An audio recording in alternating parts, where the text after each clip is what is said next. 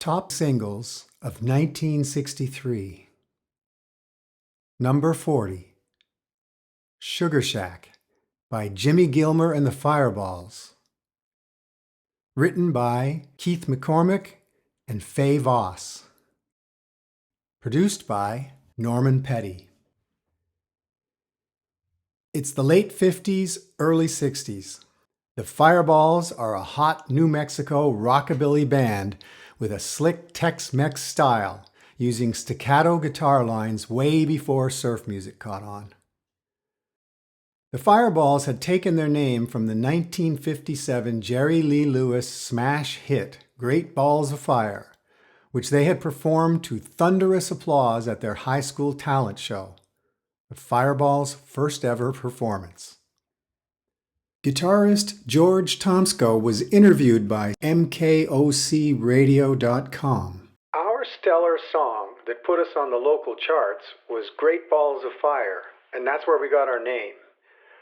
Our high school had a talent show, and we learned one rock and roll song, and of course that was Great Balls of Fire.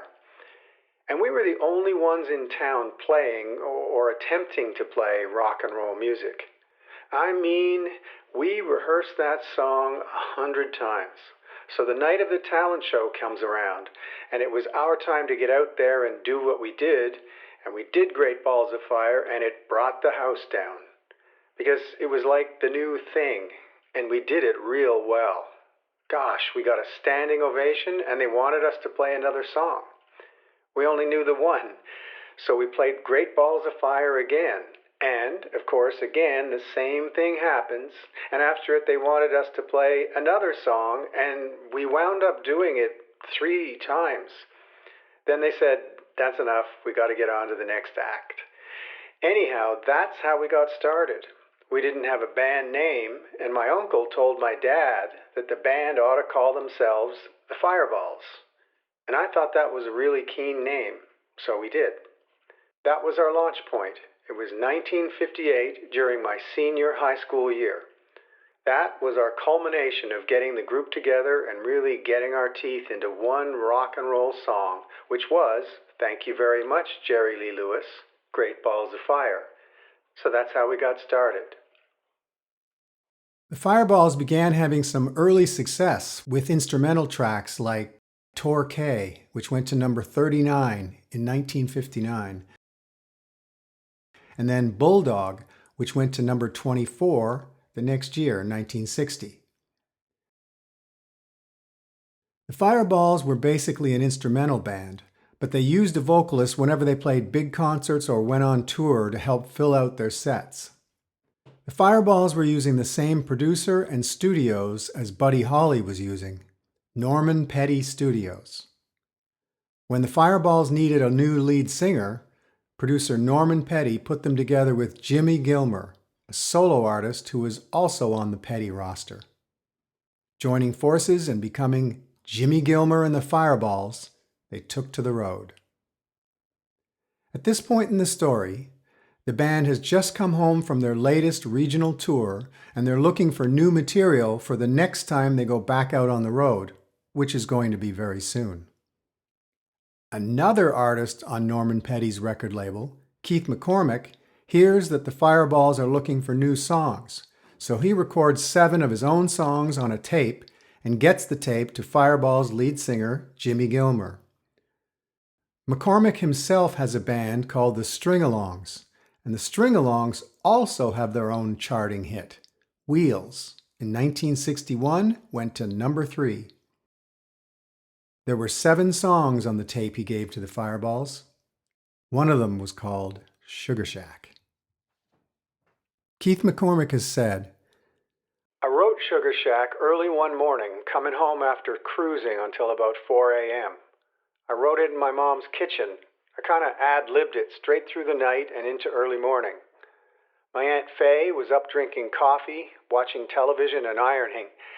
And as I started fooling around with the song, I couldn't remember what you called those tight pants girls wore at the time. So I asked my Aunt Faye, and she said, leotards. We started trading lyrics back and forth, one at a time, as we both tried to outwit one another. and we continued on until we had the whole story. Keith finished Sugar Shack up over breakfast, which explains why the word coffee shows up twice in the lyrics. Espresso coffee tastes mighty good, and I'm going to drink a lot of coffee, spend a little cash. Keith McCormack's Aunt Faye had contributed to his lyrics before, so Keith decided to share this particular songwriting credit with his aunt because of all the support she and her husband Johnny had given him over the years.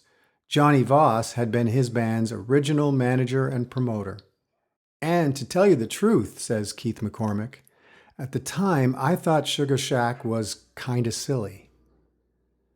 So, the Fireballs listen to McCormack's tape of 7 songs and choose 3 of them to take out on the road.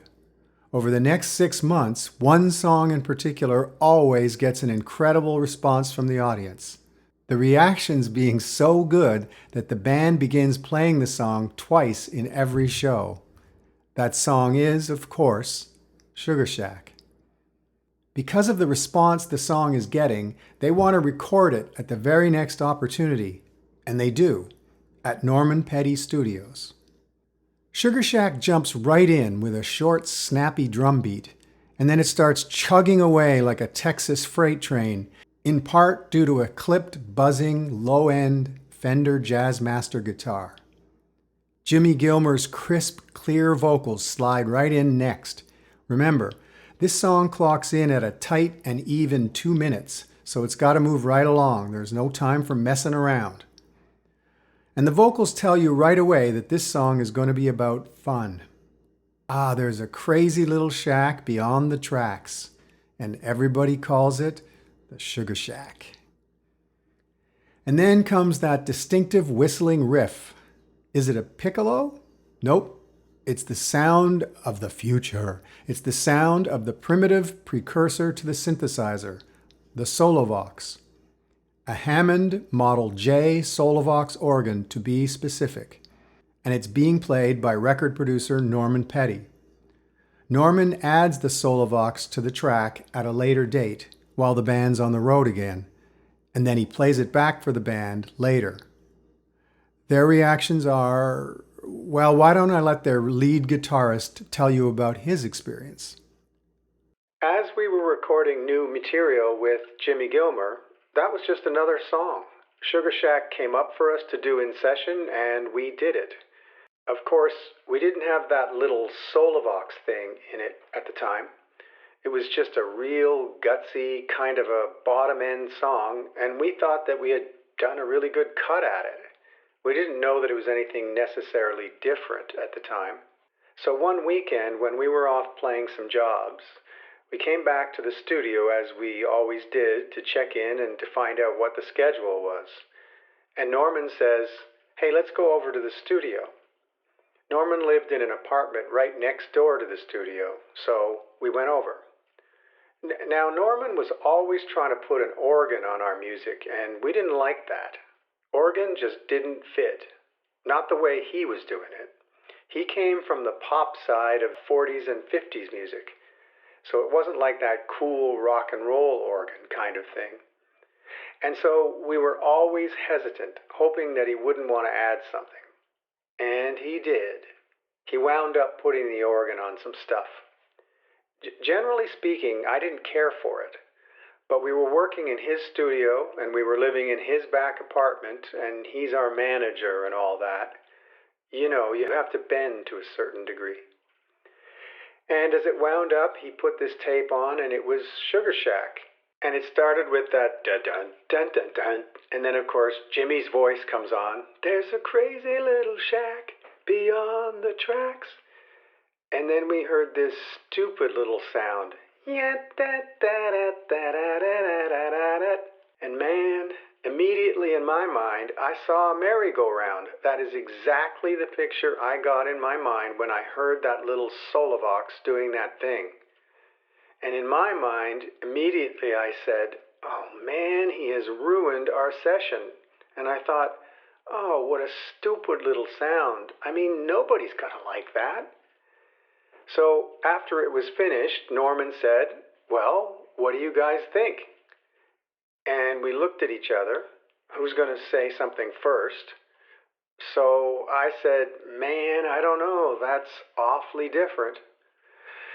So we left the studio and all of us were griping about it. Every one of us. None of us liked it. But Norman was all excited about it. He said, you know what? We've taken a good song and we've put a signature on it. And of course, I didn't quite understand what he meant at the time. Norman was really excited about it. Now the record company guy didn't like it either. He said, man, it's too different. It's out in the cosmos. People won't want that. And Norman said, well, Randy, I tell you what, if you'll go along with me and put this one out, and if it doesn't make it, then I'll stay out of the decision and you can pick the next one. Well, it looks like Time and the record charts show us who was right on that one. Talk about I told you so. Sugar Shack is released in May of 1963, and for the next 4 months it sells well locally, but it couldn't seem to break through on a national basis. In fact, the record label is ready to give up on Sugar Shack and try putting out another single for the band. But a radio station on the Detroit-Canadian border starts playing Sugar Shack, and it rapidly breaks through in North America. In September, Sugar Shack debuts as Billboard's number 65. The next week it moves to 19, then to 4, and on October 12, 1963, Sugar Shack goes to number 1, where it remains for 5 solid weeks. Its infectious beat makes it a smash. Sugar Shack sells more than 1 million copies in a 5-week period and is eventually named Billboard's 1963 Song of the Year. Some extra liner notes. Jimmy Gilmer and the Fireballs were the last American band to top the charts before Beatlemania hit. Sugar Shack replaced Blue Velvet by Bobby Vinton at the number 1 spot. Sugar Shack had the longest run of any number 1 record in 1963. And there are 2 more top 30 hits with sugar in the title. Sugar Sugar by the Archies and Brown Sugar by the Rolling Stones. You'll be pleased to know that the songwriter Keith McCormack enjoyed a wonderful life. He continued to have a thriving career as a singer-songwriter, and as well, he pursued many other interests in life, including becoming a pilot and an aviation instructor. A lifelong close friend of his said, Keith was a very likable person, a person people just loved. Keith McCormack, writer of Sugar Shack, died in 2015 at the age of 74. Lead vocalist Jimmy Gilmer continued fronting the Fireballs for many years.